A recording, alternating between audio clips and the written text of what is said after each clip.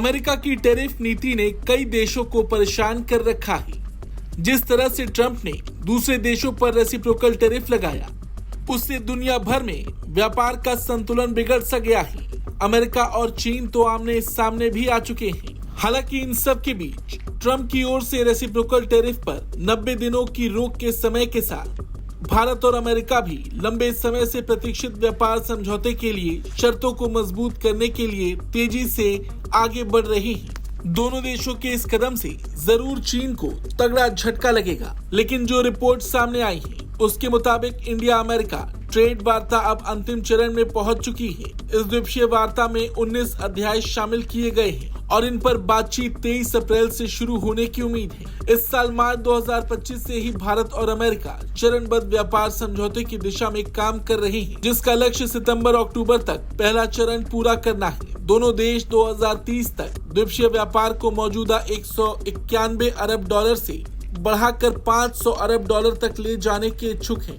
PTI की report अगर माने तो इसमें सूत्रों के हवाले से कहा गया है कि 23 अप्रैल से शुरू होने जा रही इंडिया यूएस व्यापार वार्ता में माल, सेवाओं और सीमा शुल्क सुविधा जैसे मुद्दों को शामिल किया जाएगा। इसके साथ ही साथ भारत अमेरिका द्विपक्षीय व्यापार समझौते के लिए औपचारिक रूप से बातचीत शुरू करने से पहले कुछ मुद्दों पर मतभेद दूर करने के लिए अगले सप्ताह एक अलग टीम अमेरिका जाएगी। इस बैठक के लिए भारत ने राजेश अग्रवाल को प्रमुख वार्ताकार नियुक्त किया है।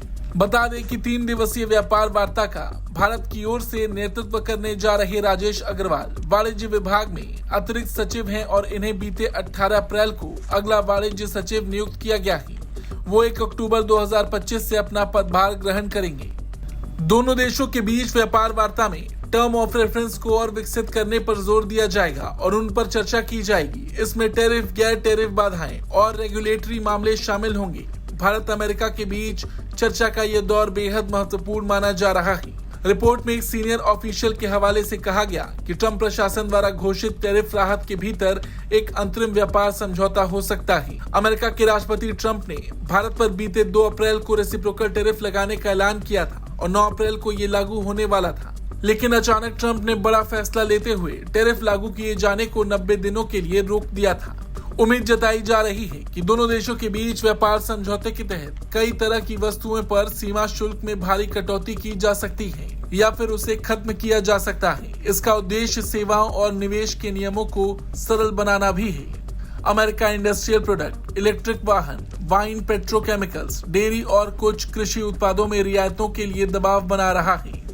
दूसरी ओर भारत कपड़ा, रत्न और आभूषण, चमड़ा, प्लास्टिक समेत समुद्री खाद्य जैसे निर्यात पर कम शुल्क चाहता है। लेकिन गौर करने वाली बात यह है कि अमेरिका और भारत के बीच इस बातचीत पर चीन की भी नजर होगी, क्योंकि जिस तरीके से टैरिफ को लेकर अमेरिका और चीन के बीच विवाद बढ़ा है, ऐसे में चीन भी भारत के साथ अपने व्यापार को और बढ़ाना चाहेगा। खैर, इस खबर को लेकर आपका क्या कुछ कहना है, कमेंट करके जरूर बताएं।